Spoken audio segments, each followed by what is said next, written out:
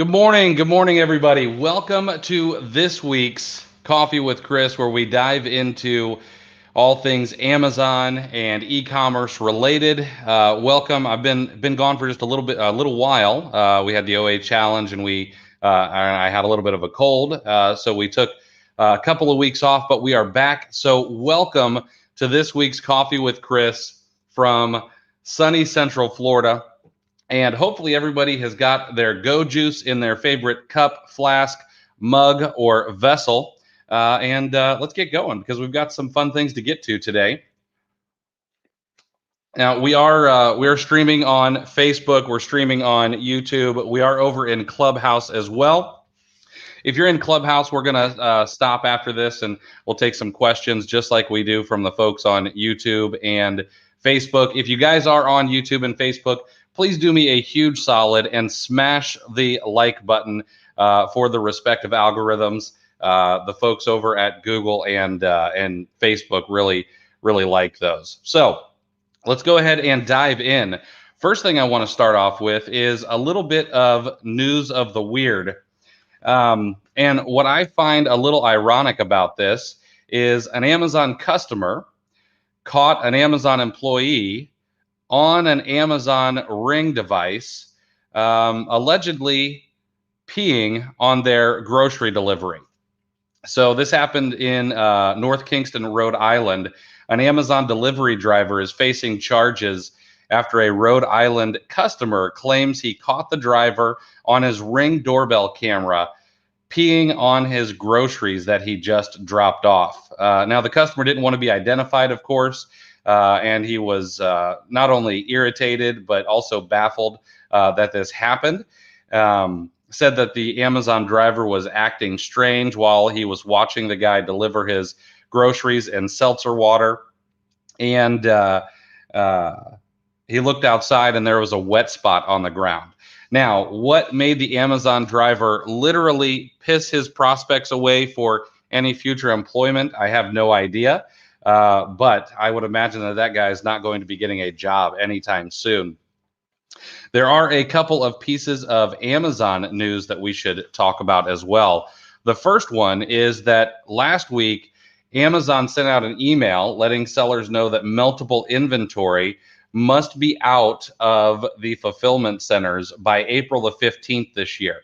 That is a little bit of a change from previous years. We know that we usually had until the end of April in the past, but now it is going to be April the 15th. And if you aren't sure what meltable inventory is, it's anything that cannot handle temperatures between 75 degrees and 155 degrees Fahrenheit. So you're looking at things like chocolates, some marshmallows, some candles, and you can go and do some research. I've had this question asked quite a bit about things like candles. It depends on the kind of wax of the candle. There are some candles where the melting point is below 155 degrees, and then there are some waxes where the melting point is higher than 155 degrees. So you want to make sure to do a little bit of research and make sure that you are not having any meltables at the Amazon warehouse. If you are a user of Does It Melt, the date is currently wrong on the Does It Melt extension. So when it pops up, you're going to see that the date is incorrect. Make sure that you know that that is actually April the 15th on those items, and we're going to be getting that fixed here very, very shortly. Matt, what's going on?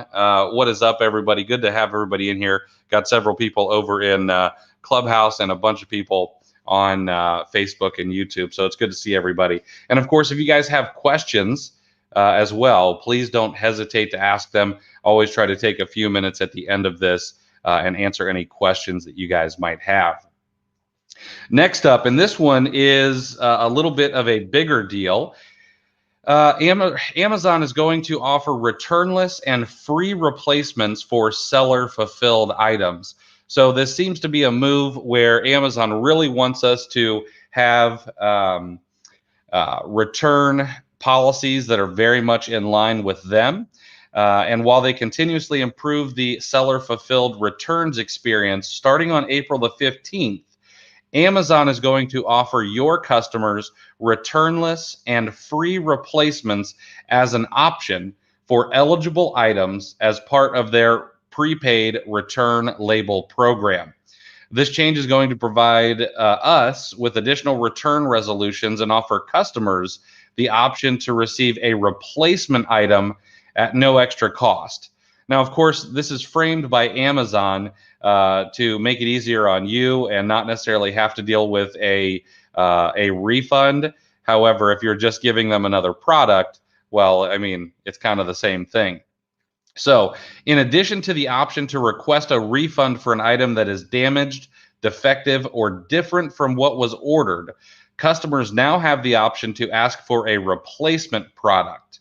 Of course, Amazon says this can preserve your sale. Customers will continue to receive prepaid return labels for their items, regardless of whether they request a replacement or a refund. Under the free replacements program, the customers got 7 days to return the original item. And as soon as you get confirmation that the customer's return label has been scanned, you'll be notified to send a replacement. So that is in your news section. You're going to want to go read that. There are a few other things that you can read a little bit more, like the prepaid returns for seller fulfilled orders. And the replacements for seller fulfilled orders. There's some links there. You're going to want to go and read that because there'll be some good information and things you guys are going to want to know if you are doing seller fulfilled. Next up is if you have multiple items at the warehouse, what is the date to request to have them sent back to you? Well, they just have to be out of there by April the 15th. They don't give you a date that you need to, I need to send a request by the 1st of April or anything like that. So I would imagine maybe a week before the 15th would probably be just fine. Returns, seller returns and recalls and all of that is getting a little bit faster, but it's still pretty slow. Next up, Amazon is going to be offering some free live webinars from the Amazon Small Business Academy. They do this on a fairly regular basis, but the ones coming up have to do with Amazon Live. Of course, that may not really strike your fancy if you're not doing any private label. They're going to be doing Seller Central dashboard overviews, keyword optimization, advertising. They're going to talk about their service provider network, the IP Accelerator program, the Handmade program, and then, of course, their automated pricing tools if you want to use Amazon to reprice your inventory. I'm not a huge fan of that personally, but I am interested in learning a little bit more about what Amazon has to say about keyword optimization and the advertising. Always good to get a little bit of word right from the horse's mouth. Apologize if you can hear my dogs. They decided to freak out for no apparent reason. Next up is a piece that came from Marketplace Pulse that I found really, really interesting. The title of this piece is called Marketplaces as Economies. And they go on to state that if gross merchandise value or gross merchandise volume were GDP, that would make the Amazon Marketplace the 42nd largest economy globally, just behind Bangladesh, but just ahead of South Africa. It isn't only the sales volume that makes marketplaces comparable to economies either. The number of people served as consumers, businesses reaching those consumers, jobs created, and vendors supporting them makes marketplaces behave more like economies. And we all know there's tons of software, there's tons of programs and courses and businesses that sell to and on Amazon, which makes it much more like an economy than just a marketplace. In 2020, sellers on the Amazon Marketplace sold $300 billion worth of goods. And we've talked about this before. Third-party sellers absolutely crushed Amazon as a first-party seller. And per the International Monetary Fund, South Africa's GDP in 2020 was $282 billion. So just the third-party sellers, just the marketplace, was as large as the 50th largest economy in 2019. Some of the other things that were interesting here is they do talk a little bit about the drawback of marketplaces as large as economies is that a single company gets to opaquely make the rules, which of course we all understand and know. They get to set the fees and prevent destructive behavior without any input from anyone else. And of course, we know that very, very well. So it was. This is an interesting article. I'm going to be popping this into my 5 Things Friday because the charts are interesting. It's not a very long read, but I did find it fascinating. One of the other things that is interesting is that Amazon is going a little bit in a different direction than most other businesses. We know that businesses and stores are going more digital, and Amazon, of course, has a stranglehold on their digital footprint for consumers, but they are opening more and more grocery stores. So since September of 2020, so in the past 6 months, Amazon has opened 11 grocery stores. They also plan to open 28 more grocery stores across the U.S. with low prices to compete against Walmart. Now, those 11 Amazon Fresh grocery stores since September have opened across both the U.S. and the U.K., with the newest location added just this past week in London. They plan to open at least 28 more across just the United States. The grocery store concept looks like an attempt to court lower income shoppers who might frequent Walmart for its affordable items, along with the typical whole paycheck customers hoping to pick up online orders with free pickup and same-day delivery for Prime members. Now, the Amazon Fresh stores, they don't have the cashierless Go technology yet, although the company said that they'll be testing it for future use. So there should be some Amazon Fresh stores popping up more and more, and I think I think it'll be interesting to see how they compete with the likes of Walmart and other stores. Now, the last piece of news that I have today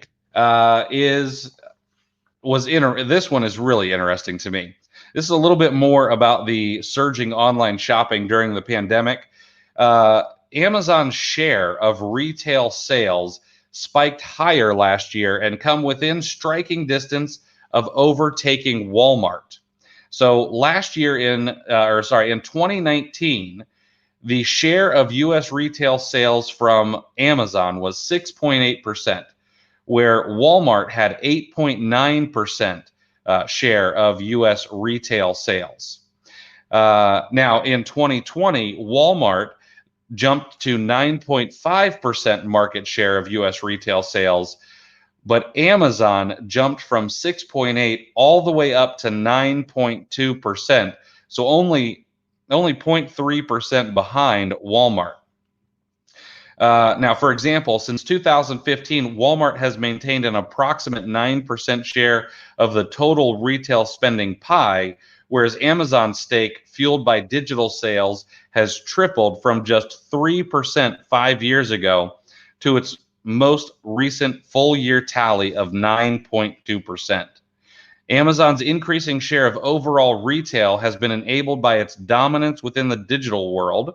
According to payments data, Amazon took in 51.2% of total U.S. digital retail sales last year, which is up from 48% in 2019.